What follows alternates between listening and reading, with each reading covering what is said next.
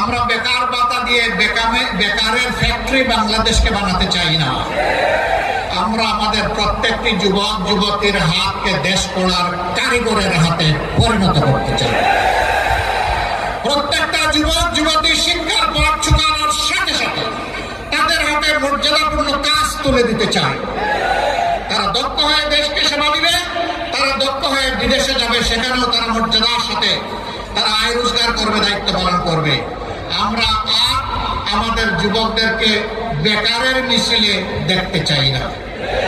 বলবেন এখন যাওয়ার পরের দিকে কি এগুলো হয়ে যাবে? না ভাই, হবে না, একটু সময় দিতে হবে। আপনারা দোয়া করবেন আমরা যেন ওই অঙ্গীকারগুলো বাস্তবায়ন করতে পারি। আপনাদেরকে সাথে নিয়ে পাশে নিয়ে ইনশাআল্লাহ দুর্নীতি মুক্ত, চাঁদাবাজ মুক্ত, আধিপত্যবাদ মুক্ত এবং ন্যায় ইনসাফের উপর একটি মানবিক বাংলাদেশ আমরা গড়ে তুলতে চাই। আল্লাহ আমাদেরকে তৌফিক দান করুন। আপনাদের সকলের প্রতি গভীর কৃতজ্ঞতা, আন্তরিক ধন্যবাদ। মূল্যবান সময় স্যাক্রিফাইস করে আপনারা এসেছেন। আমাদের এই আওয়াজ, এই